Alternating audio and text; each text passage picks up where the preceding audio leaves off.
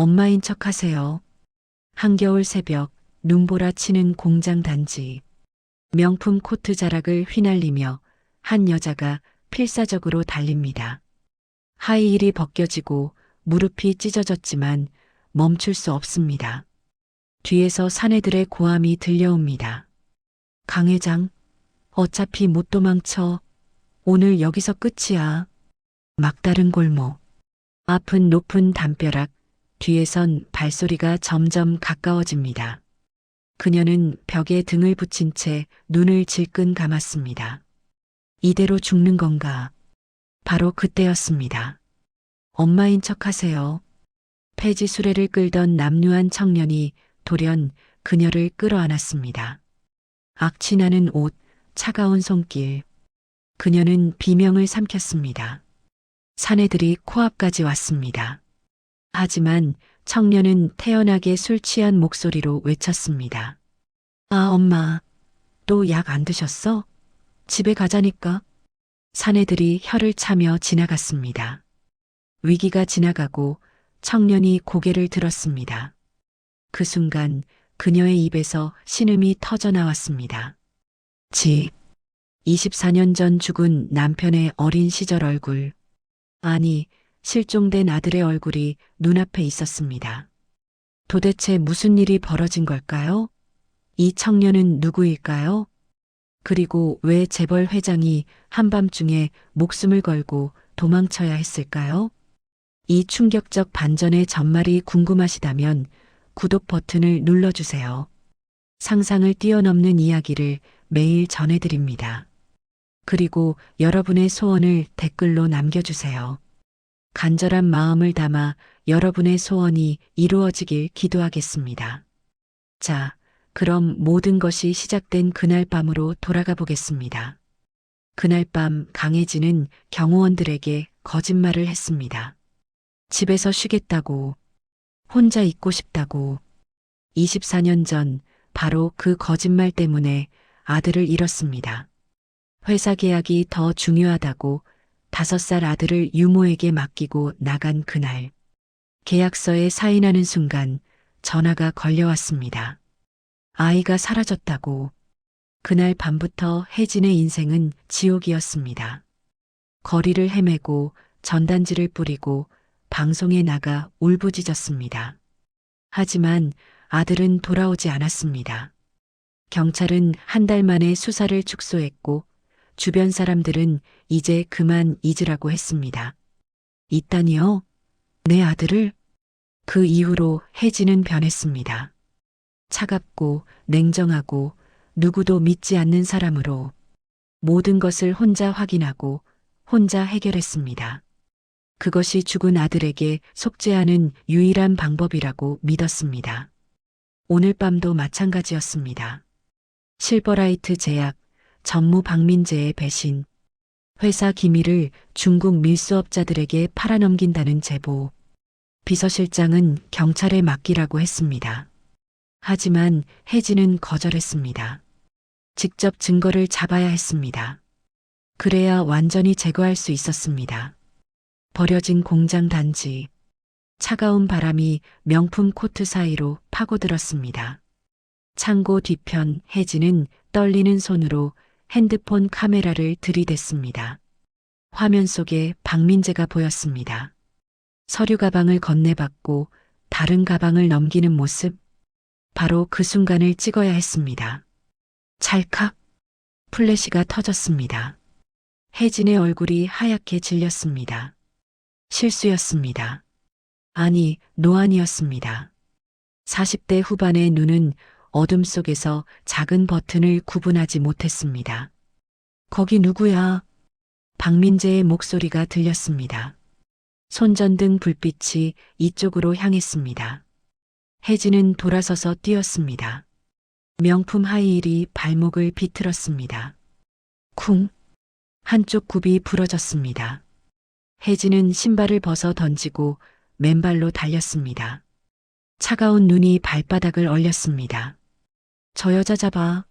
얼굴 봤으면 살려둘 수 없어. 뒤에서 남자들의 발소리가 점점 가까워졌습니다. 혜진은 철조망을 넘었습니다. 코트가 찢어지고 손바닥이 베었습니다. 뜨거운 피가 손가락을 타고 흘렀습니다. 숨이 턱까지 찼습니다. 심장이 터질 것 같았습니다. 24년 전 그날 밤이 떠올랐습니다. 아들을 찾아 이렇게 거리를 헤맸습니다. 목이 쉬도록 이름을 불렀습니다. 하지만 아무도 대답하지 않았습니다. 막다른 골목, 3미터 높이의 벽이 앞을 가로막았습니다. 뒤돌아보니 손전등 불빛이 보였습니다. 도망칠 곳이 없었습니다. 혜진은 벽에 등을 기댔습니다. 차가운 콘크리트가 등뼈를 파고들었습니다. 피 묻은 손으로 가슴을 움켜쥐었습니다. 심장이 미친 듯이 날뛰었습니다. 끝인가? 눈을 감았습니다. 지훈아, 엄마 간다. 천국에서 다시 만나자. 바로 그 순간 거친 손이 그녀의 어깨를 낚아챘습니다. 엄마인 척하세요. 혜진은 놀라 눈을 떴습니다. 폐지술의 옆에 서 있던 남루한 청년. 더러운 패딩 점퍼, 남은 비니 모자. 악취가 코를 찔렀습니다. 하지만 그 순간 그 손길이 구원처럼 느껴졌습니다. 한민우는 바로 그 순간을 기다리고 있었습니다. 사흘밤을 이 골목에서 폐지를 주우며 기다렸습니다. 아버지 강태준의 말대로였습니다. 박민재가 혜진을 이 골목으로 유인할 거라고 계획대로였습니다. 하지만 막상 혜진을 껴안는 순간 민우의 가슴이 이상하게 뛰었습니다. 왜지? 이 여자는 복수해야 할 대상이었습니다. 자신을 버린 냉혈한 엄마. 회사가 더 중요해서 5살짜리를 내다버린 괴물. 그런데 지금 품 안에 이 여자는 떨고 있었습니다. 마치 겁에 질린 어린아이처럼. 사내들의 발소리가 가까워졌습니다. 민우는 혜진을 더 세게 끌어안았습니다. 그리고 일부러 크고 떨리는 목소리로 외쳤습니다. 아, 엄마, 또 약 안 드셨어? 치매 때문에 정신이 하나도 없으시네. 집에 가자니까요. 손전등 불빛이 두 사람을 비췄습니다. 민우는 혜진의 머리를 자신의 가슴에 파묻었습니다. 얼굴이 보이면 안 됐습니다. 사내 하나가 인상을 찌푸리며 다가왔습니다. 뭐야, 이 냄새 나는 거지 새끼들. 에이씨, 그냥 술 취한 모자네. 시간 낭비야. 가자. 발소리가 멀어졌습니다. 민우는 천천히 혜진을 놓아줬습니다. 하지만 혜진은 여전히 떨고 있었습니다. 그녀의 맨발에서 피가 흘렀습니다. 손바닥도 찢어져 있었습니다. 따라오세요. 빨리요. 민우는 혜진의 팔을 잡고 눈 쌓인 골목을 걸었습니다. 혜진은 비틀거렸습니다. 민우는 잠시 망설이다가 자신의 더러운 점퍼를 벗어 혜진의 어깨에 걸쳐줬습니다. 괜찮아요. 추워요. 민우는 고개를 돌렸습니다. 왜 이런 짓을 하는 걸까요? 이 여자는 적인데. 컨테이너 촌 깊숙한 곳. 녹슨 철문 앞에 멈췄습니다. 삐걱. 문이 열렸습니다. 좁고 습한 공간. 곰팡이 냄새와 석유 냄새가 섞여 있었습니다. 민우는 형광등 스위치를 올렸습니다. 치직, 탁, 불이 켜졌습니다. 두 사람은 동시에 서로의 얼굴을 봤습니다. 혜진의 심장이 멎었습니다.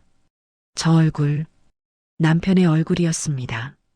아니, 남편의 어린 시절 사진 속 그 얼굴. 짙은 눈썹, 오똑한 코, 웃을 때 살짝 올라가는 입꼬리까지. 아들 지훈이가 컸다면 바로 저런 얼굴이었을 겁니다. 입술이 파르르 떨렸습니다. 손이 떨렸습니다. 다리에 힘이 풀려 바닥에 주저앉을 뻔했습니다. 혹시 민우도 멍하니 혜진을 바라봤습니다. 이 여자의 눈빛, 계획에 없던 것이었습니다.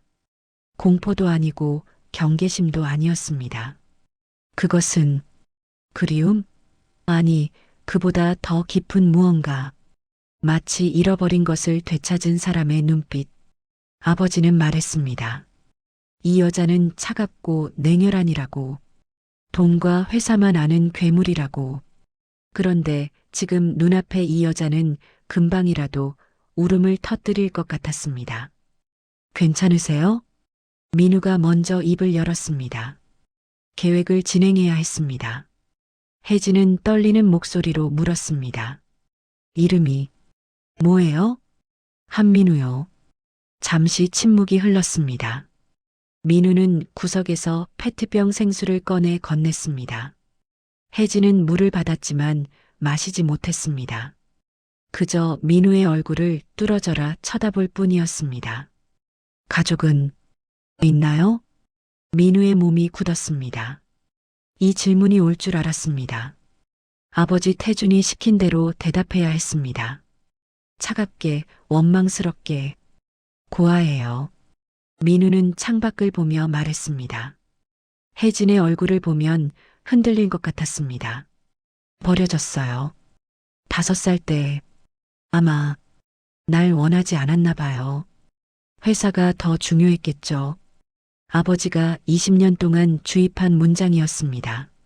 하지만 입 밖으로 내뱉는 순간 민우의 가슴 한구석이 무너져 내렸습니다. 이건 연기가 아니었습니다. 진짜 상처였습니다. 혜진의 얼굴이 창백하게 변했습니다. 입술이 파르르 떨리더니 피가 맺혔습니다. 깨물고 있었던 겁니다. 그녀는 떨리는 손으로 얼굴을 감쌌습니다. 죄송해요. 목소리가 갈라졌습니다. 정말 죄송해요. 민우는 고개를 확 돌렸습니다. 왜 이 여자는 사과하는 걸까? 왜 울고 있는 걸까? 복수해야 할 괴물이 왜 이렇게 무너져 있는 걸까? 계획에 없던 일이었습니다. 혜진이 고개를 숙이고 흐느끼는 동안 민우는 컨테이너 구석을 바라봤습니다. 쌓여있는 폐지 더미. 그 뒤편 혜진이 볼 수 없는 어둠 속에는 최신형 노트북, 세대와 대형 모니터 2개가 조심스럽게 숨겨져 있었습니다. 해킹 장비들, 민우의 진짜 얼굴.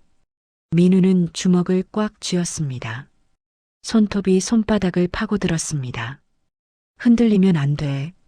민우는 속으로 중얼거렸습니다. 드디어 계획대로야. 이제 넌 내 손 아니야, 엄마. 내가 날 버린 대가를 똑똑히 치르게 해줄 거야. 그날 밤 2사람은 같은 공간에 있었지만 한숨도 자지 못했습니다. 혜진은 아들을 떠올리며 소리 없이 울었고 민우는 천장을 바라보며 복수심과 흔들리는 마음 사이에서 싸웠습니다. 다음 날 아침 혜진은 눈을 떴습니다. 딱딱한 바닥이 등을 눌렀고 곰팡이 냄새가 코를 찔렀습니다. 목이 뻐근하고 온몸이 쑤셨습니다. 평생 최고급 침대에서 자던 그녀가 컨테이너 바닥에서 밤을 보냈습니다. 하지만 이상했습니다. 24년 만에 처음으로 악몽을 꾸지 않았습니다. 매일 밤 그녀를 괴롭히던 그 악몽. 아들이 어둠 속에서 엄마를 부르며 우는 꿈. 하지만 어젯밤은 그 악몽이 없었습니다. 왜일까요? 구석에서 물 끓이는 소리가 들렸습니다. 혜진은 몸을 일으키지 않고 눈만 살짝 떴습니다. 민우가 등을 보인 채 물을 끓이고 있었습니다. 그 뒷모습, 남편이 아침마다 커피를 내리던 바로 그 모습이었습니다. 어깨 너비, 고개를 숙이는 각도, 손을 움직이는 방식까지. 혜진의 가슴이 뛰기 시작했습니다. 혹시, 정말 혹시 저 아이가 입술을 깨물었습니다. 확신해도 될까요? 아니면 또다시 실망하게 될까요? 24년 동안 수십 번 비슷한 얼굴을 봤습니다. 그때마다 가슴이 뛰었고 그때마다 절망했습니다. 이번에도 그럴까요? 민우는 혜진이 깼다는 걸 알았지만 모른 척했습니다. 밤새 한숨도 못 잤습니다. 천장을 보며 수없이 뒤척였습니다. 머릿속이 엉망이었습니다. 아버지 강태준은 말했습니다. 저 여자는 차갑고 냉정한 사람이라고, 돈과 권력만 아는 괴물이라고, 5살짜리 아들을 회사 계약서보다 못한 존재로 여긴 사람이라고. 그런데 어젯밤 혜진은 울고 있었습니다. 떨리는 목소리로 사과했습니다. 진심으로 미안해하고 있었습니다. 저게 연기일까요? 아니면 민우는 고개를 저었습니다. 아니야. 흔들리면 안 돼. 20년 동안 준비한 복수야. 물 드실래요? 민우가 종이컵을 들고 돌아섰습니다. 혜진은 몸을 일으켜 앉았습니다. 머리카락이 헝클어져 있었고 명품 코트는 먼지와 핏자국으로 얼룩져 있었습니다. 하지만 민우는 이상하게도 그 모습이 초라해 보이지 않았습니다. 오히려 인간적으로 보였습니다. 고마워요. 혜진이 컵을 받았습니다. 두 사람의 손가락이 스쳤습니다. 민우의 가슴이 철렁했습니다. 이 감촉, 낯설지 않았습니다. 마치 아주 오래전에 느꼈던 것 같은 어린 시절, 누군가 자신의 손을 잡아주던 그 따뜻함. 혜진도 멈칫했습니다. 이 온기, 5살 아들을 안았을 때 느꼈던 바로 그 온기. 심장이 쿵쾅거렸습니다. 민우는 재빨리 손을 뺐습니다. 옷 좀 갈아입을게요. 밖에서 잠깐만 기다려주세요. 아니에요. 제가 나갈게요. 혜진이 황급히 일어서려는데 민우가 이미 상의를 벗기 시작했습니다. 잠깐. 혜진의 말이 끝나기도 전에 민우의 등이 드러났습니다. 그 순간 혜진의 숨이 멎었습니다. 오른쪽 견갑골, 거대한 화상 흉터가 선명하게 새겨져 있었습니다. 불규칙한 모양, 피부가 뭉개진 자국, 그 끔찍한 흔적. 손에 들고 있던 종이컵이 바닥에 떨어졌습니다. 탁! 물이 쏟아졌습니다. 24년 전 주방 화재. 그날 혜진은 회사 미팅 때문에 집을 비웠습니다. 5살 지훈이가 유모와 함께 주방에 있었습니다. 끓는 물이 담긴 냄비가 넘어졌습니다. 병원에서 밤새 기도했습니다. 제발, 제발 살려만 주세요. 흉터가 남아도 괜찮아요. 제발 살려만 주세요. 아들은 살았습니다. 하지만 등에는 평생 지울 수 없는 흉터가 남았습니다. 의사는 말했습니다. 이 흉터는 절대 사라지지 않는다고. 위치도 모양도 크기도 영원히 그대로라고. 그리고 나흘 후 아들은 사라졌습니다. 혜진의 입에서 신음이 터져 나왔습니다. 저 흉터는. 목소리가 갈라졌습니다. 손이 떨렸습니다. 온몸이 떨렸습니다. 민우는 재빨리 셔츠를 걸쳤습니다. 계획대로였습니다. 흉터를 보여주는 것, 혜진이 의심하게 만드는 것, 그녀가 확신하도록 모든 정보를 흘리는 것. 이거요? 민우는 일부러 태어난 척 웃어 보였습니다. 계산된 연기였습니다. 보기 흉하죠? 그래서 평생 상의 안 벗고 살아요. 혜진은 대답하지 못했습니다. 눈물이 핑 돌았습니다. 손을 뻗어 민우의 등을 만져보고 싶었습니다. 그 흉터를 쓰다듬으며 미안하다고, 엄마가 못 지켜줘서 미안하다고 말하고 싶었습니다. 하지만 참았습니다. 아직 확신할 수 없었습니다. 만약 아니라면 또다시 무너질 것 같았습니다. 그 흉터는 어떻게? 5살 때 화재 사고래요. 민우의 대답에 혜진의 심장이 쿵 하고 내려앉았습니다. 5살. 화재. 기억은 안 나요. 제가 고아원에 온 게 그때래요. 그전 기억은 하나도 없대요. 잠시 침묵이 흘렀습니다. 민우는 창밖을 바라봤습니다. 혜진의 얼굴을 보면 안 됐습니다. 계획대로 진행해야 했습니다. 원장 선생님이 그랬대요. 제가 처음 왔을 때 계속 엄마를 찾으며 울었다고. 밤마다 악몽을 꾸고 이불을 적시고. 민우의 목소리가 떨렸습니다. 이건 반은 연기였고 반은 진짜였습니다. 어린 시절 매일 밤 엄마를 부르며 울었던 그 외로움. 아무도 안아주지 않던 그 추운 밤들.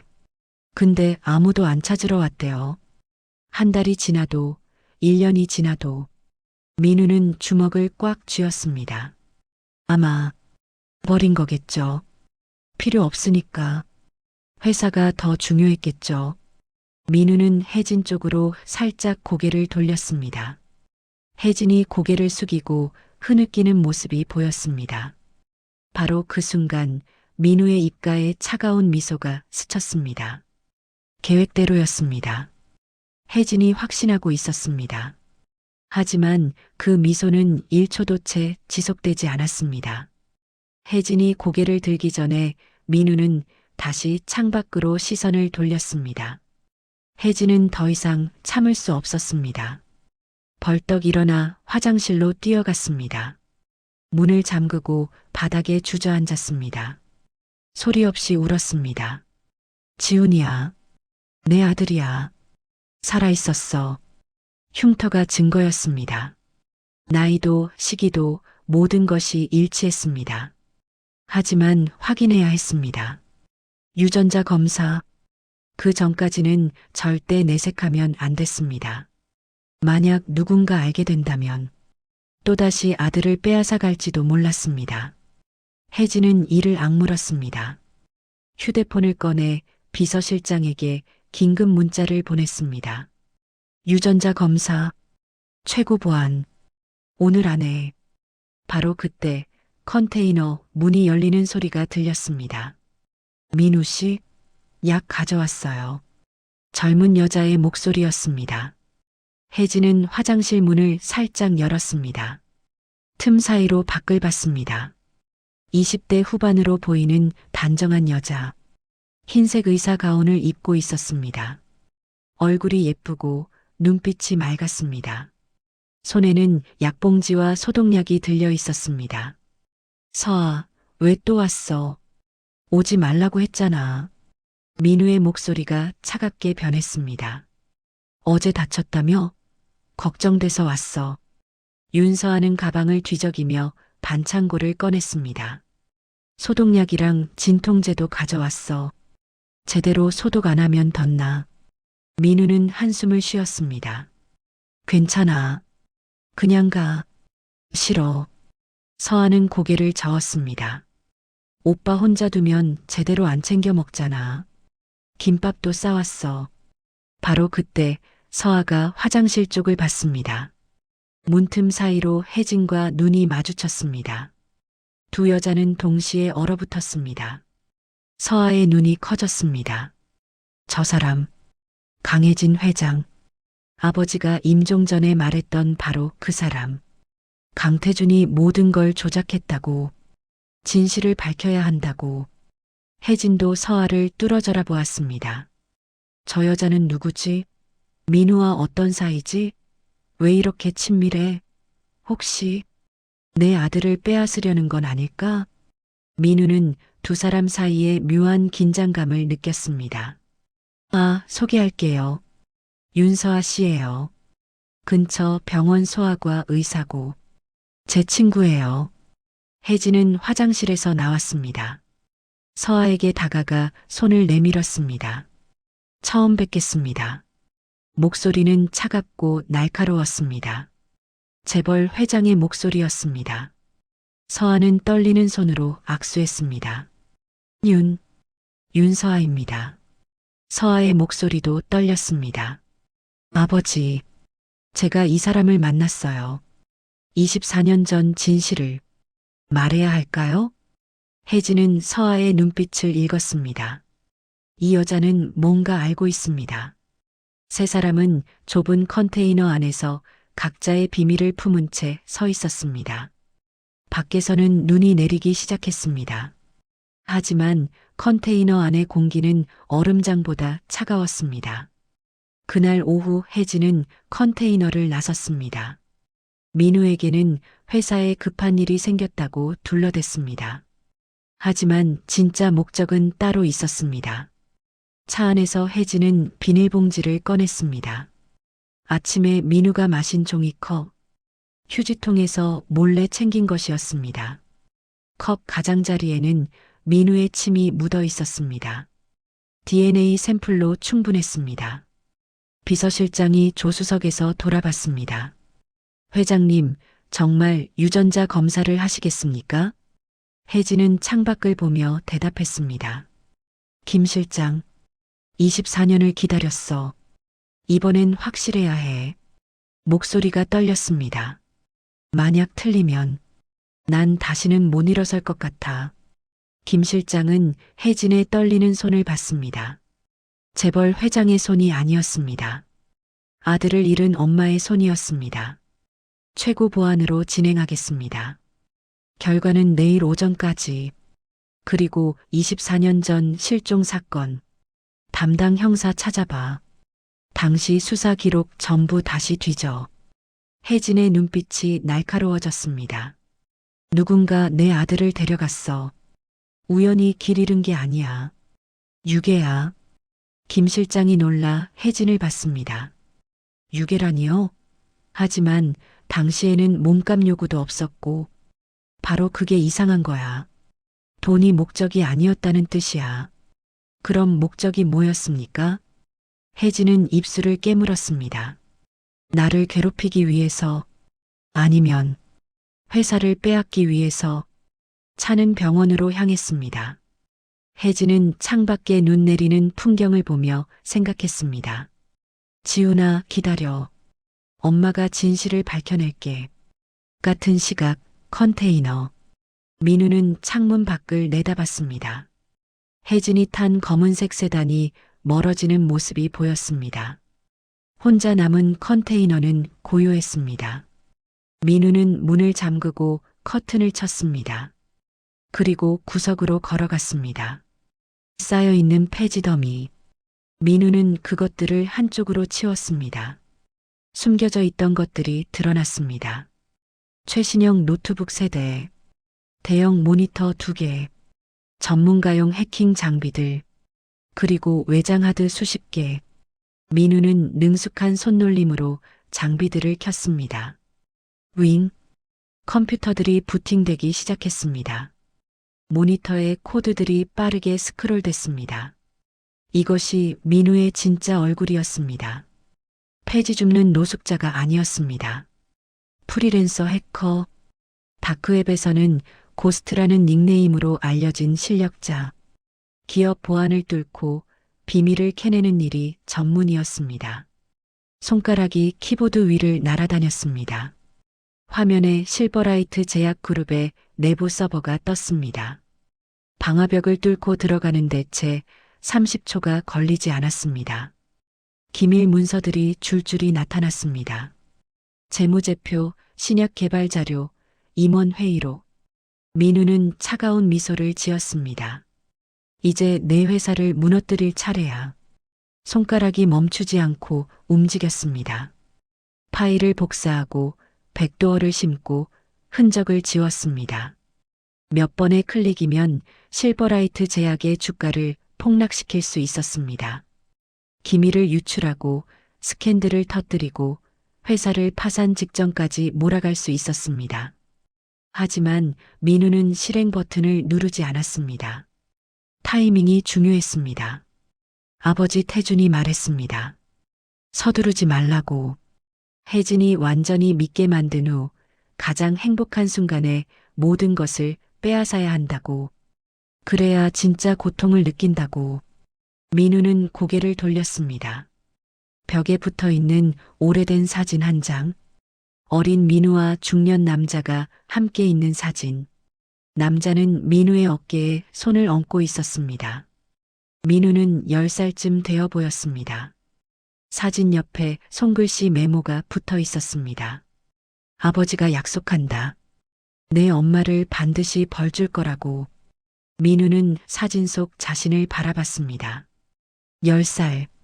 고아원에서 태준을 처음 만난 날. 태준은 말했습니다.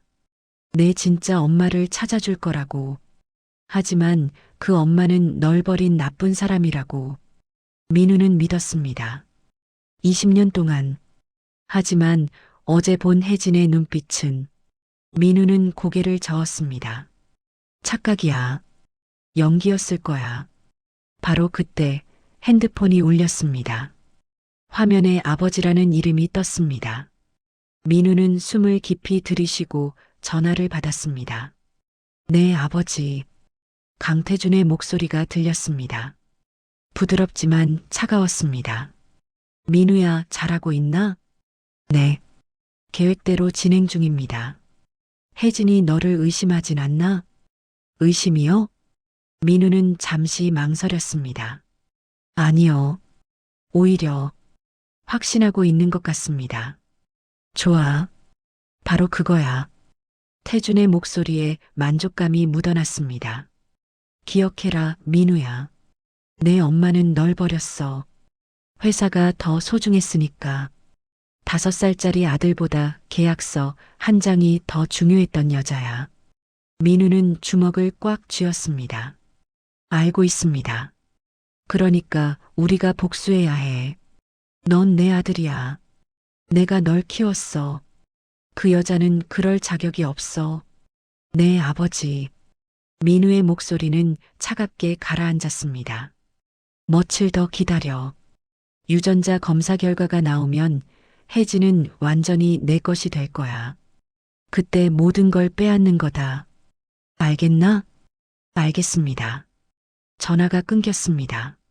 민우는 핸드폰을 내려놓고 창밖을 바라봤습니다. 눈이 계속 내리고 있었습니다. 한편 시골 농가. 강태준은 전화를 끊고 창밖을 내다봤습니다. 허름한 농가였지만 태준의 눈빛은 날카로웠습니다. 20년 전 사업 실패 후 이곳에 숨어 살았습니다. 하지만 복수는 한 번도 잊은 적이 없었습니다. 혜진아. 태준은 혼자 중얼거렸습니다.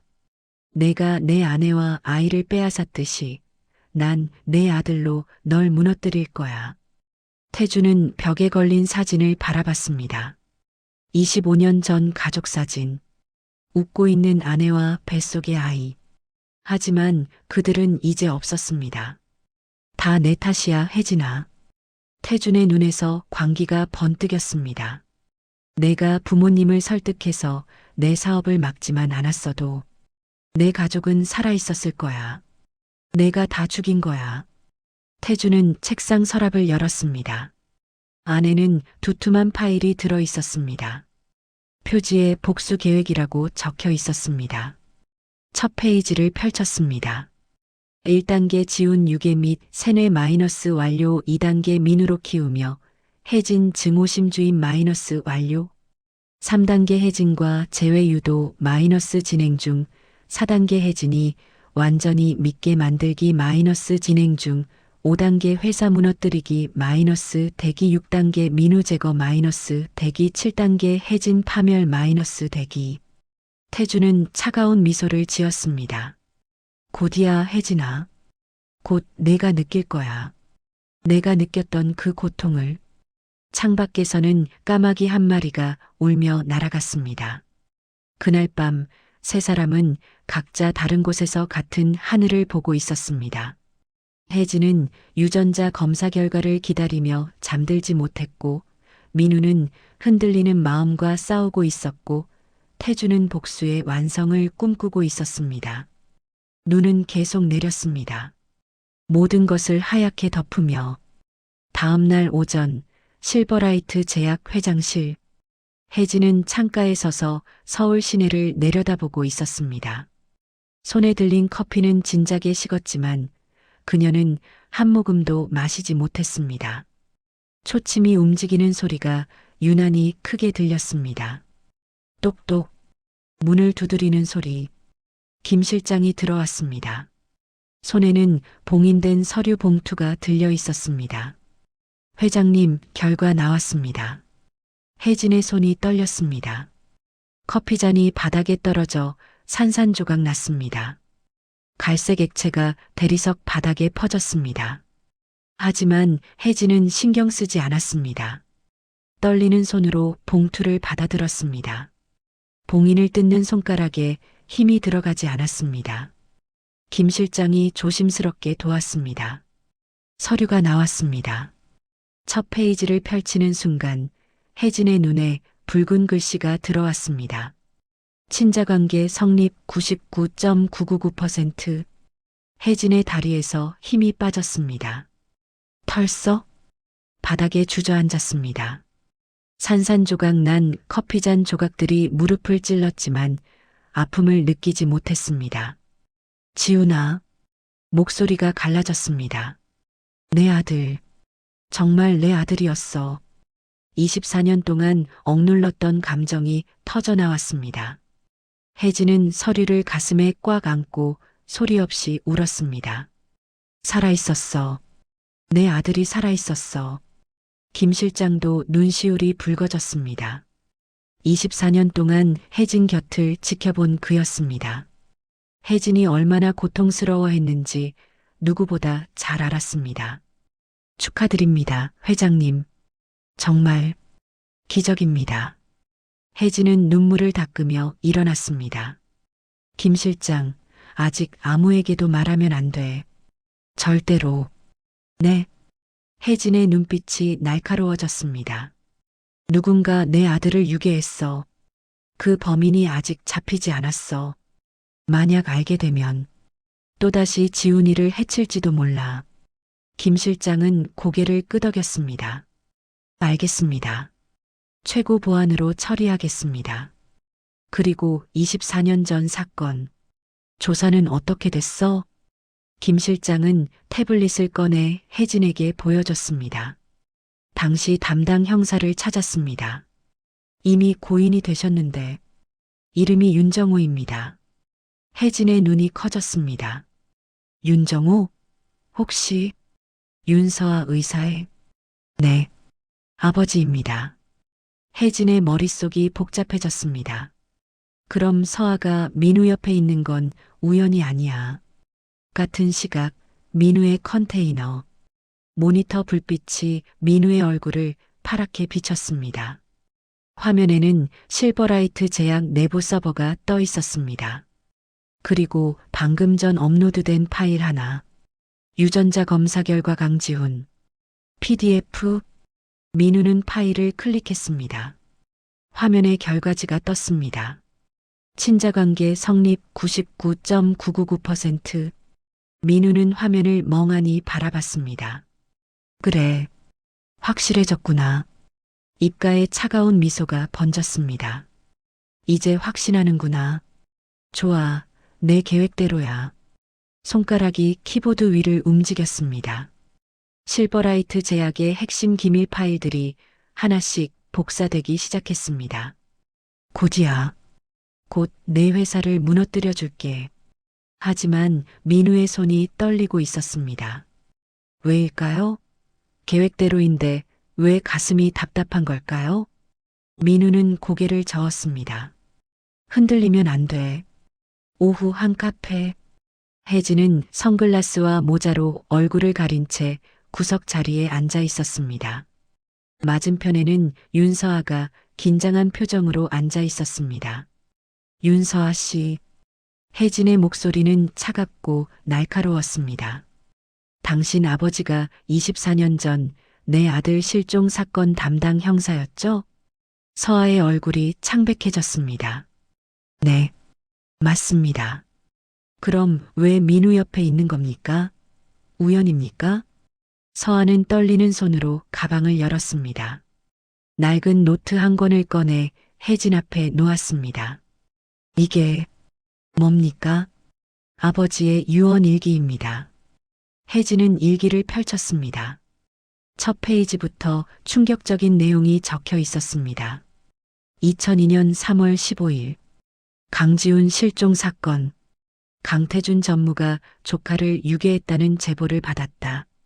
하지만 증거를 제출하려 하자 압력이 들어왔다. 강태준의 로비였다. 나는 가족을 생각해 굴복했다. 미안하다. 혜진의 손이 떨렸습니다. 2012년 8월 3일 강태준이 고아원에서 아이를 데려갔다는 정보를 입수했다. 그 아이가 강지훈일 가능성이 높다. 하지만 나는 이미 은퇴했고 재수사를 요구할 용기가 없었다. 평생의 죄다. 혜진은 책을 덮었습니다. 손이 부들부들 떨렸습니다. 오빠가, 태준 오빠가, 목소리가 나오지 않았습니다. 내 아들을 유괴한 게 오빠였어? 서아가 조용히 말했습니다. 아버지는 임종 전에 저한테 말했어요. 민우 오빠 곁에 있으면서 진실을 밝혀달라고. 혜진은 눈을 감았습니다. 모든 것이 명확해졌습니다. 태준 오빠가 아들을 유괴했고 민우로 키웠고 지금 자신에게 접근하게 만든 것입니다. 왜 오빠가 그날 밤 서울 외곽의 고급 레스토랑 박민재와 강태준이 마주 앉아 있었습니다. 민재는 와인을 따르며 웃었습니다. 전무님, 곧 저 청년이 강 회장을 무너뜨릴 겁니다. 그럼 회사는 저희 차지죠. 태준은 와인잔을 들어 홀짝였습니다. 물론이지. 혜진은 이미 민우에게 푹 빠졌어. 곧 유전자 검사 결과도 나올 거고. 그럼 회사는? 태준의 눈빛이 차갑게 빛났습니다. 민우가 혜진의 신뢰를 완전히 얻으면 회사 기밀을 전부 빼돌리게 할 거야. 그리고 그걸 폭로해서 주가를 폭락시키는 거지. 민재가 걱정스럽게 물었습니다. 하지만 민우가 배신하면 어떡합니까? 태준은 코웃음을 쳤습니다. 민우는 쓰고 버릴 도구일 뿐이야. 네. 태준은 와인잔을 내려놓으며 차갑게 말했습니다. 다 끝나면 저놈도 처리해야지. 증거를 남기면 안 되니까. 민재는 소름이 돋았습니다. 태준의 눈빛에는 광기가 서려 있었습니다. 20년 동안 키운 아이인데. 그래도 가족? 태준이 비웃었습니다. 저놈은 도구야. 복수의 칼. 다 쓰고 나면 버리는 거지. 창밖으로 번개가 쳤습니다. 폭풍우가 몰려오고 있었습니다. 그날 밤 네 사람은 각자의 진실을 알게 되었습니다. 혜진은 오빠의 배신을, 서아는 민우의 위험을, 민우는 혜진의 확신을, 그리고 태준은 민우의 최후를 계획하고 있었습니다. 모든 것이 충돌할 순간이 다가오고 있었습니다. 그날 밤 컨테이너. 민우는 세대의 모니터 앞에 앉아 있었습니다. 손가락이 쉴 새 없이 키보드를 두드렸습니다. 코드들이 화면을 가득 채우며 스크롤됐습니다. 화면 중앙에는 실버라이트 제약의 핵심 서버가 떠 있었습니다. 방화벽은 이미 뚫렸습니다. 이제 버튼 하나만 누르면 끝이었습니다. 신약 개발 데이터를 경쟁사에 유출시키고 불법 임상시험 기록을 언론에 폭로하고 회계 조작 증거를 금융감독원에 제보하는 프로그램. 실행하면 실버라이트 제약의 주가는 반 토막이 날 것입니다. 혜진은 하루아침에 모든 것을 잃게 될 것입니다. 민우의 손가락이 엔터키 위에 올라갔습니다. 잠깐만. 민우는 멈칫했습니다. 너무 쉽게 끝나는 게 아닌가? 아버지는 말했습니다. 서두르지 말라고. 혜진이 완전히 행복해질 때까지 기다리라고. 그래야 더 큰 고통을 느낀다고. 민우는 손을 뗐습니다. 파일 목록을 스크롤하기 시작했습니다. 혜진에 대해 더 알아야 했습니다. 약점을, 두려움을, 비밀을. 그때였습니다. 한 폴더가 눈에 들어왔습니다. 개인자료 강혜진 2001만 2025. 민우는 클릭했습니다. 수백 개의 파일이 나타났습니다. 사진, 문서, 영상들. 24년치 기록이었습니다. 민우는 무심코 가장 오래된 폴더를 열었습니다. 2001아들 실종. 폴더 안에는 영상 파일들이 가득했습니다. CCTV 영상, 방송 출연 영상, 경찰 조서 영상. 민우는 첫 번째 파일을 클릭했습니다. 화면이 켜졌습니다. 흑백 CCTV 영상이었습니다. 날짜는 2001년 3월 15일 새벽 2시. 서울 시내 어느 거리, 명품 코트를 입은 여자가 맨발로 달리고 있었습니다. 혜진이었습니다. 그녀는 미친 사람처럼 거리를 헤매고 있었습니다. 지나가는 사람들을 붙잡고 울부짖고 바닥을 기어다녔습니다. 지훈아, 지훈아. 혜진의 목소리가 화면 너머로 들렸습니다. 목이 쉰 목소리였습니다. 엄마가 잘못했어. 제발 어디 있니? 엄마 여기 있어. 경찰 2명이 혜진을 부축하려 했습니다. 회장님, 진정하세요. 이러시면 안 됩니다. 하지만 혜진은 경찰을 뿌리치고 다시 뛰어갔습니다. 넘어지고 일어서고 또 넘어졌습니다. 마지막에 그녀는 바닥에 주저앉아 오열했습니다. 살려만 줘. 제발, 내 아들만 살려줘. 민우의 손이 떨렸습니다. 마우스를 움직여 다음 파일을 열었습니다. 같은 날 다른 CCTV. 혜진이 전단지를 들고 거리에 서 있었습니다. 실종아동을 찾습니다. 강지훈 5세. 사람들은 그녀를 스쳐 지나갔습니다. 아무도 관심을 주지 않았습니다. 혜진은 쓰러질 듯 서 있었지만 멈추지 않았습니다. 민우는 계속 파일을 열었습니다. 방송국 출연 영상. 혜진이 카메라 앞에서 울며 호소했습니다. 제발, 제 아들을 봤다면 연락 주세요. 엄마가 여기 있어. 며칠 밤을 새워 전단지를 돌리는 영상. 경찰서에서 무릎 꿇고 애원하는 영상. 절에서 100일 기도하는 영상. 24년 동안의 기록이었습니다. 민우는 화면을 멍하니 바라봤습니다. 거짓말이야. 손이 떨렸습니다. 온몸이 떨렸습니다. 아버지는 날 버렸다고. 회사가 더 중요했다고. 하지만 화면 속 혜진은 미친 사람처럼 아들을 찾아 헤매고 있었습니다. 이건 버린 사람의 모습이 아니었습니다. 혜진이 떠나고 1시간 후, 민우는 컨테이너 안에서 멍하니 앉아 있었습니다. 방금 전 혜진을 안았던 손이 아직도 떨렸습니다. 그녀의 체온이, 떨림이, 눈물이 손끝에 남아있는 것 같았습니다. 뭘 하고 있는 거야, 나는. 민우는 머리를 감싸쥐었습니다. 20년 동안 믿어왔던 모든 것이 흔들리고 있었습니다. 바로 그때 컨테이너 문이 거칠게 열렸습니다. 민우 씨, 윤서아가 숨을 헐떡이며 뛰어들어왔습니다. 손에는 낡은 노트가 들려 있었습니다. 서아, 왜 이렇게 급하게?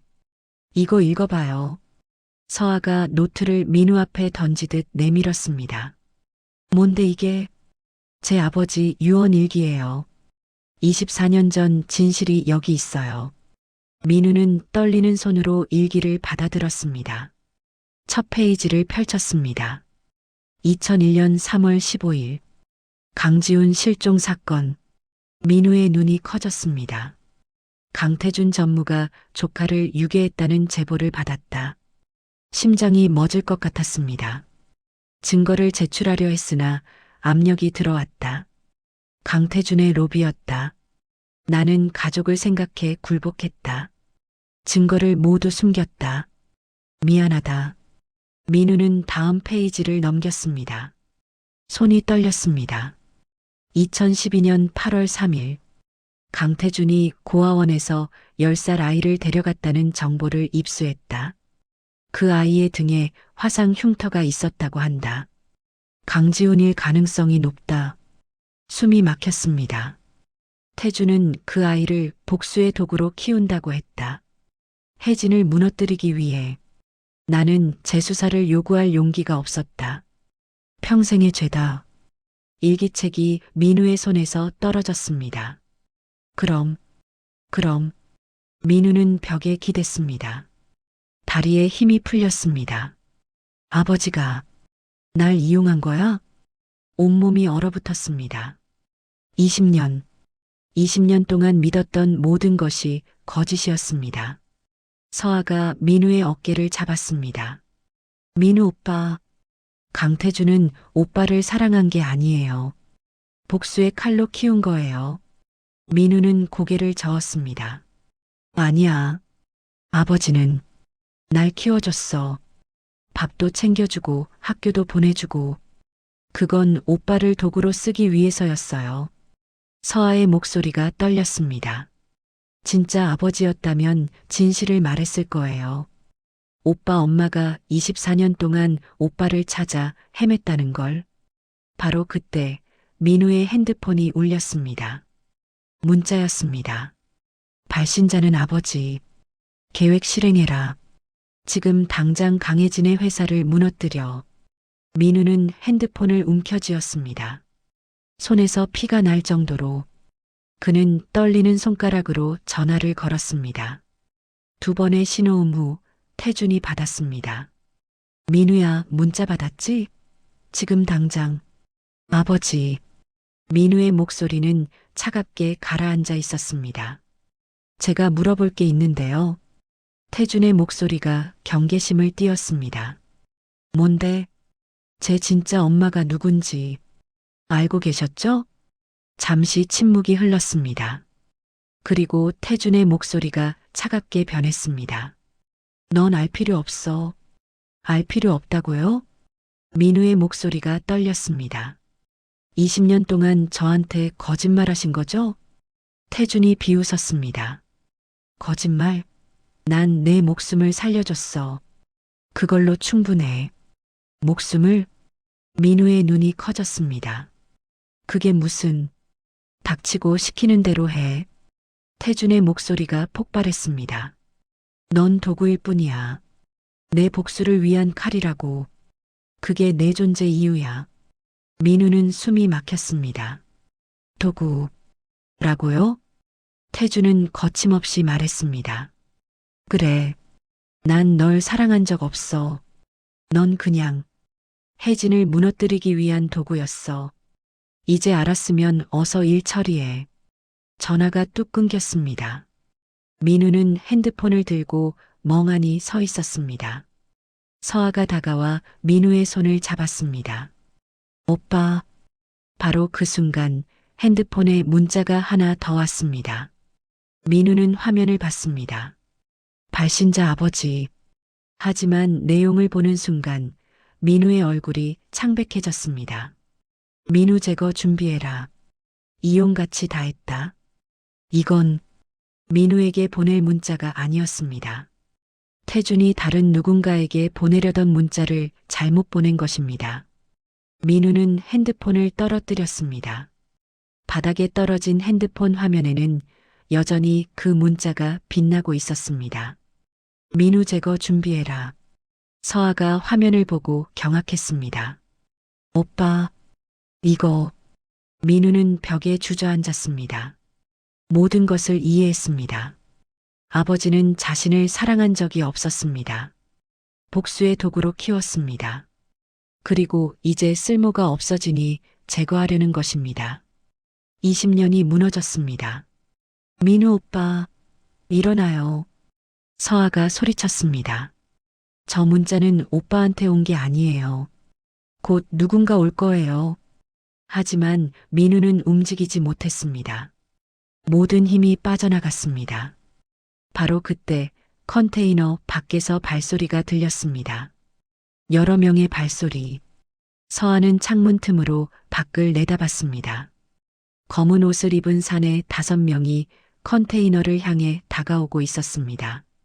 오빠, 도망가요. 빨리.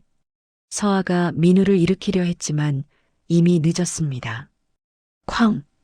컨테이너 문이 발로 차여 부서졌습니다. 사내들이 들이닥쳤습니다. 민우는 본능적으로 일어섰습니다. 태권도 훈련이 몸에 배어 있었습니다. 첫 번째 사내가 달려들었습니다. 민우는 반사적으로 맞고 반격했습니다. 퍽! 사내가 쓰러졌습니다. 하지만 5대 1이었습니다. 두 번째, 세 번째 사내가 동시에 달려들었습니다. 민우는 필사적으로 싸웠습니다.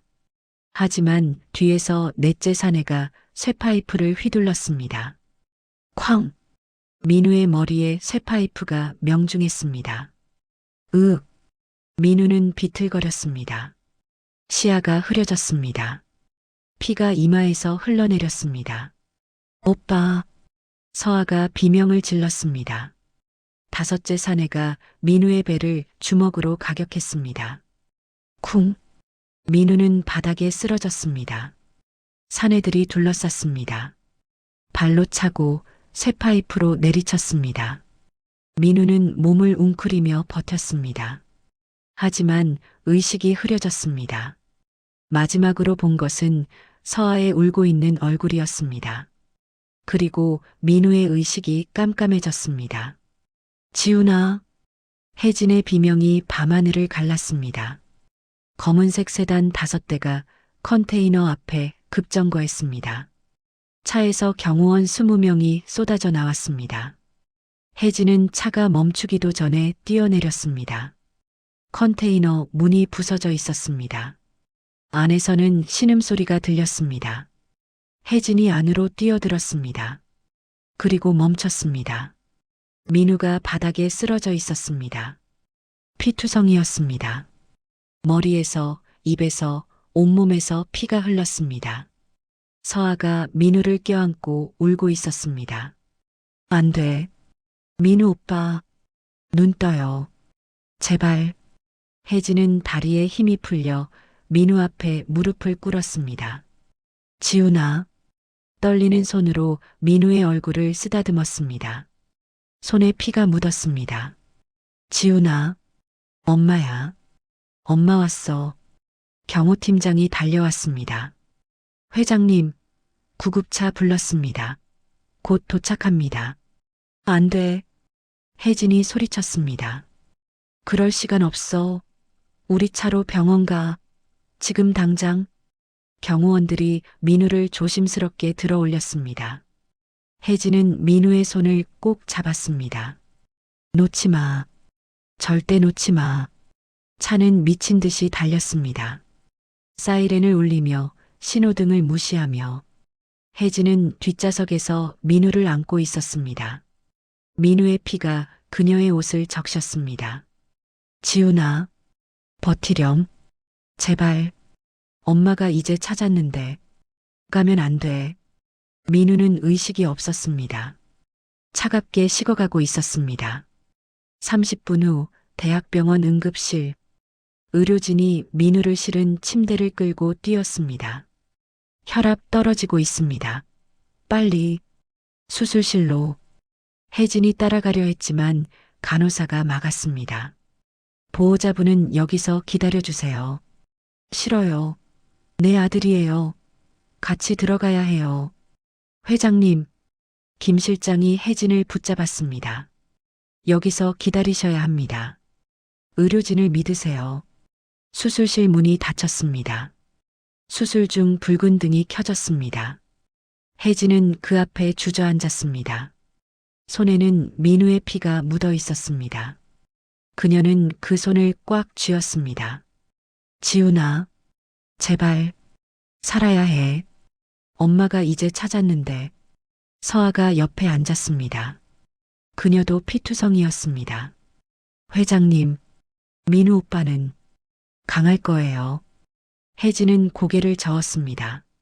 내가 늦었어. 또 늦었어. 24년 전처럼. 아니에요. 서아가 혜진의 손을 잡았습니다. 이번엔 제 시간에 오셨어요. 오빠를 살리셨어요. 3시간이 흘렀습니다. 혜진은 수술실 문 앞에서 단 1초도 떠나지 않았습니다. 앉지도 먹지도 마시지도 않았습니다. 그저 문을 뚫어져라 쳐다볼 뿐이었습니다. 드디어 수술 중 불이 꺼졌습니다. 문이 열렸습니다. 의사가 마스크를 벗으며 나왔습니다. 혜진이 달려갔습니다. 제 아들은 어떻게 됐어요? 의사가 고개를 끄덕였습니다. 다행히 고비를 넘겼습니다. 젊고 체력이 좋아서 견뎌냈어요. 혜진은 그 자리에서 무너졌습니다. 김 실장이 부축했습니다. 감사합니다. 정말 감사합니다. 하지만 아직 의식은 돌아오지 않았습니다. 중환자실로 옮겨야 합니다. 네, 네. 뭐든 하세요. 제발 살려만 주세요. 민우는 중환자실로 옮겨졌습니다. 혜진은 유리창 너머로 민우를 바라봤습니다. 하얀 시트 위에 누운 민우. 온몸에 붕대가 감겨 있었습니다. 각종 의료 장비들이 연결되어 있었습니다. 혜진은 유리창에 손을 댔습니다. 지훈아, 엄마 여기 있어. 깨어나렴. 이틀이 지났습니다. 혜진은 중환자실 밖에서 단 1초도 떠나지 않았습니다. 김 실장이 의자를 가져다 줬지만 앉지 않았습니다. 그저 서서 유리창 너머 민우를 바라볼 뿐이었습니다. 셋째 날 아침, 모니터의 숫자가 움직였습니다. 심박수가 올라갔습니다. 민우의 손가락이 미세하게 떨렸습니다. 혜진이 달려갔습니다. 간호사, 선생님, 우리 아들이. 의료진이 달려왔습니다. 의식이 돌아오고 있습니다. 민우의 눈꺼풀이 천천히 떨렸습니다. 그리고 조금씩 열렸습니다. 흐릿한 시야에 하얀 천장이 보였습니다. 신음이 흘러나왔습니다. 지훈아, 혜진의 목소리가 들렸습니다. 가까운 곳에서 민우는 고개를 천천히 돌렸습니다. 유리창 너머 혜진이 손을 유리에 댄 채 울고 있었습니다. 잠시 후 혜진이 중환자실 안으로 들어오는 것이 허락되었습니다. 그녀는 민우의 침대 옆에 앉았습니다. 떨리는 손으로 민우의 손을 잡았습니다. 지훈아, 깨어났구나. 민우는 혜진을 멍하니 바라봤습니다. 입술이 떨렸습니다. 왜? 목소리가 갈라졌습니다. 왜 날 찾아요? 버렸으면서. 혜진의 눈에서 눈물이 왈칵 쏟아졌습니다. 버린 게 아니야. 목소리가 떨렸습니다. 빼앗긴 거야. 24년 동안 매일 밤 하루도 빠짐없이 널 찾았어. 민우의 눈에서도 눈물이 흘렀습니다. 하지만 아버지가 강태준이. 혜진이 숨을 들이켰습니다. 뭐, 오빠가, 태준 오빠가 널 키웠다고? 민우는 고개를 끄덕였습니다. 눈물이 베개를 적셨습니다. 이용당한 거예요. 나도 복수의 도구였어요. 혜진은 더 이상 참을 수 없었습니다. 침대 위로 몸을 숙여 민우를 껴안았습니다. 미안해. 미안해. 엄마가 못 지켜줘서 미안해. 민우는 혜진의 품에서 처음으로 진심으로 울었습니다. 20년 동안 억눌렀던 눈물이 터져나왔습니다. 엄마. 그 한마디가 입에서 나왔습니다. 엄마. 혜진도 오열했습니다. 그래. 지훈아. 내 아들. 엄마가 늦어서 미안해. 문 밖에서 서아도 눈물을 닦았습니다. 복도를 지나가던 의료진들도 걸음을 멈추고 그 장면을 바라봤습니다. 24년 만에 모자는 진짜로 서로를 찾았습니다. 하지만 창밖에는 먹구름이 몰려오고 있었습니다. 마지막 대결이 남아 있었습니다. 일주일 후 실버라이트 제약 본사 대회의실 긴급 이사회가 열렸습니다. 회의실은 긴장감으로 팽팽했습니다. 이사들 20명이 반상 양쪽에 앉아 있었습니다. 박민재가 단상에 섰습니다. 그는 서류 뭉치를 들어 보였습니다. 이사 여러분, 참담한 심정으로 이 자리에 섰습니다. 목소리는 엄숙했지만 눈빛에는 탐욕이 번뜩였습니다. 강혜진 회장님은 최근 정신적으로 매우 불안정하십니다. 회사 일은 뒷전이고 신원불명의 청년에게 집착하고 계십니다. 대형 스크린에 사진들이 떠올랐습니다. 혜진이 컨테이너를 드나드는 모습, 민우와 함께 있는 모습. 보십시오. 회장이라는 분이 폐지 줍는 청년과 어울리며 회사 돈을 낭비하고 있습니다. 이사들이 술렁거렸습니다. 게다가 회사 기밀이 유출되고 있습니다. 이 모든 것이 회장님의 판단력 저하 때문입니다. 박민재는 서류를 내려놓았습니다. 따라서 저는 강혜진 회장의 해임을 제안합니다. 이사 몇 명이 고개를 끄덕였습니다. 박민재가 미리 매수해둔 사람들이었습니다. 바로 그때 회의실 뒷문이 열렸습니다.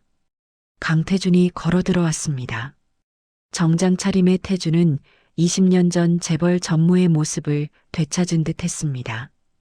웃고 있었지만 눈빛은 차가웠습니다. 이사들이 놀라 일어섰습니다. 강태준 전무님?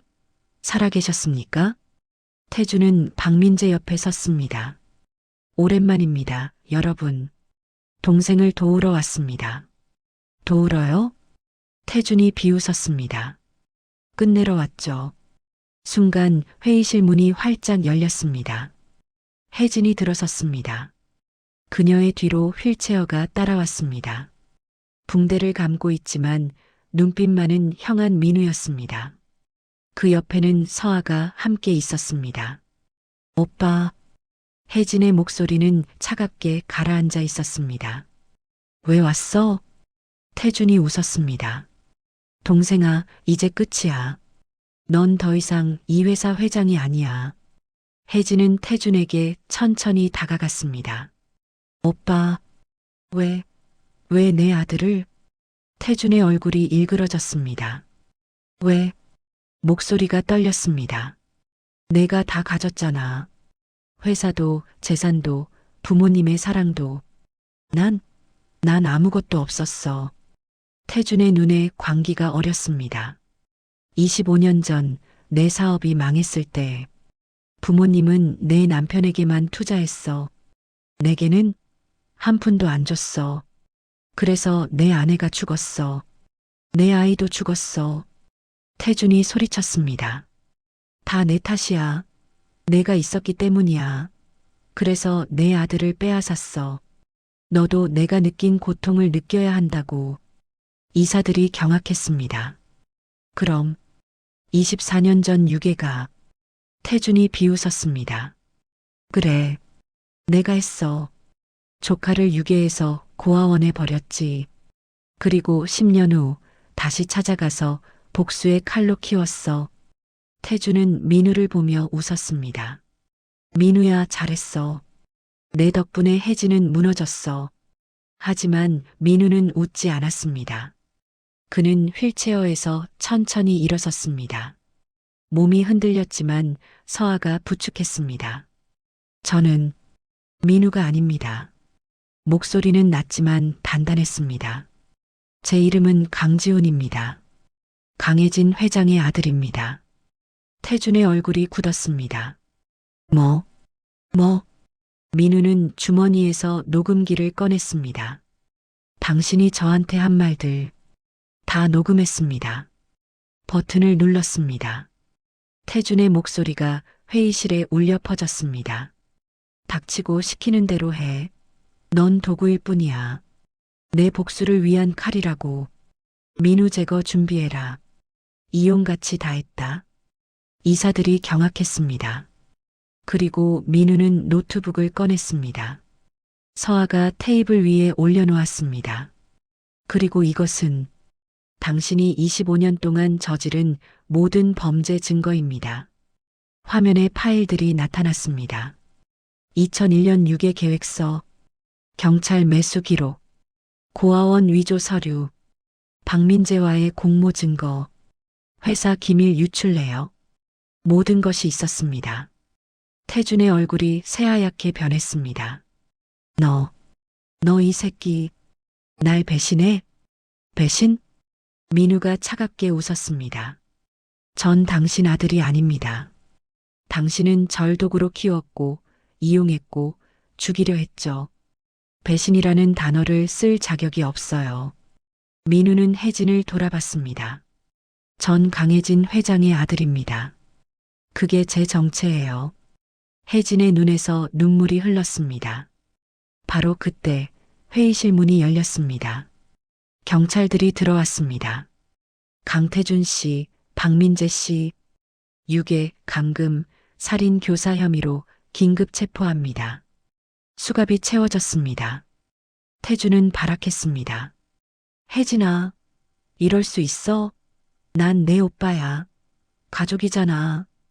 혜진이 차갑게 대답했습니다. 가족은 내 아들을 유괴하지 않아요. 24년 동안 고통받게 하지 않아요. 오빠는 이제 남이에요. 태주는 끌려가면서 민우를 노려봤습니다. 이 배은망덕한 놈. 내가 널 키웠는데. 민우는 태준을 똑바로 쳐다봤습니다. 당신이 저한테 가르쳐 준 게 하나 있어요. 뭐?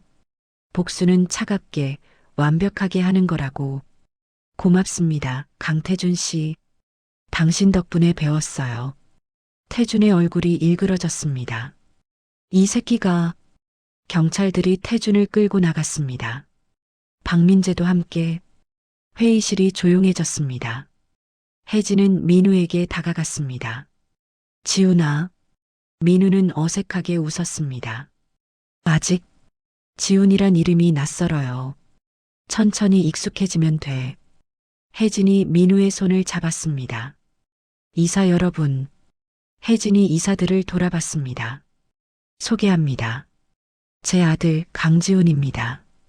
24년 만에 돌아왔습니다. 이사들이 박수를 쳤습니다. 민우는 서아를 돌아봤습니다. 서아가 웃으며 고개를 끄덕였습니다. 오빠 잘했어요. 그날 정의가 승리했습니다. 하지만 진짜 시작은 이제부터였습니다. 6개월 후 민우는 정식으로 강지훈으로 개명했습니다. 하지만 회사는 들어가지 않았습니다. 혜진도 강요하지 않았습니다. 대신 지훈은 정의 해커 재단을 만들었습니다. 기업 부정부패를 고발하고 약자를 돕는 일. 그것이 지훈이 찾은 길이었습니다. 정가자, 고아, 학교 밖 청소년. 사회가 외면한 아이들을 위한 재단이었습니다. 서아는 재단의 의료 자문으로 함께했습니다. 어느새 두 사람은 연인이 되어 있었습니다. 어느 저녁 혜진의 집. 넓은 거실에 세 사람이 둘러앉았습니다. 따뜻한 저녁 식사 자리였습니다. 혜진이 서툰 솜씨로 끓인 된장찌개가 식탁에 올라왔습니다. 엄마, 제가 할게요. 위험해요. 지훈이 국자를 받으려 했지만 혜진이 고개를 저었습니다. 아니야. 엄마가 할게. 24년 동안 못 해준 거 다 해주고 싶어. 지훈은 웃으며 그릇을 내밀었습니다. 한 숟가락 뜨고 고개를 끄덕였습니다. 맛있어요, 엄마. 세상에서 제일 맛있는 된장찌개예요. 혜진의 눈가가 촉촉해졌습니다. 정말? 네, 정말이에요. 서아도 웃으며 한 숟가락 떴습니다. 저도 정말 맛있어요, 어머니. 세 사람은 행복하게 식사를 했습니다. 식사가 끝나고 지훈이 조심스럽게 물었습니다. 엄마, 그날 왜 집에 안 계셨어요? 혜진의 손이 멈췄습니다. 회사 계약 때문이었어. 목소리가 떨렸습니다. 평생 후회했어. 그날 내가 집에 있었다면. 지훈이 혜진의 손을 잡았습니다. 이제 괜찮아요. 눈을 똑바로 보며 말했습니다. 전 엄마를 용서해요. 엄마도 피해자였으니까. 그리고 지훈이 웃었습니다. 이렇게 다시 만났잖아요. 늦었지만 만난 게 중요하죠. 혜진은 아들을 끌어안았습니다. 고마워. 돌아와줘서 정말 고마워. 식사 후 혜진은 지훈과 서아를 서재로 데려갔습니다. 벽에는 사진 액자가 걸려 있었습니다. 젊은 남자의 사진. 지훈의 아버지였습니다. 그 아래에는 제사상이 차려져 있었습니다. 지훈은 아버지 사진 앞에 무릎을 꿇었습니다. 아버지. 목소리가 떨렸습니다. 저 돌아왔어요. 늦었지만. 아들 지훈이 돌아왔어요. 혜진도 옆에 무릎을 꿇었습니다. 사진에 손을 댔습니다.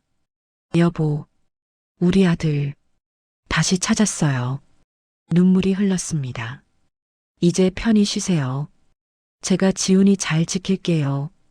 다시는 놓치지 않을게요. 서아도 고개를 숙여 절했습니다.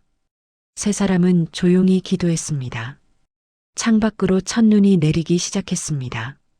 하얀 눈송이들이 천천히 내려앉았습니다. 모든 것을 덮으며, 모든 상처를 덮으며, 지우는 창밖을 바라봤습니다. 엄마, 눈 와요. 혜진이 다가와 지훈의 어깨에 손을 올렸습니다. 그래, 예쁘다. 새로운 시작이에요. 서아가 말했습니다. 과거는 지나갔고, 이제 새로운 계절이 오는 거예요. 지우는 고개를 끄덕였습니다. 네, 이제 진짜 시작이네요. 세 사람은 창가에 서서 눈 내리는 풍경을 바라봤습니다. 24년의 긴 겨울이 지나갔습니다. 이제 봄이 오고 있었습니다. 끝.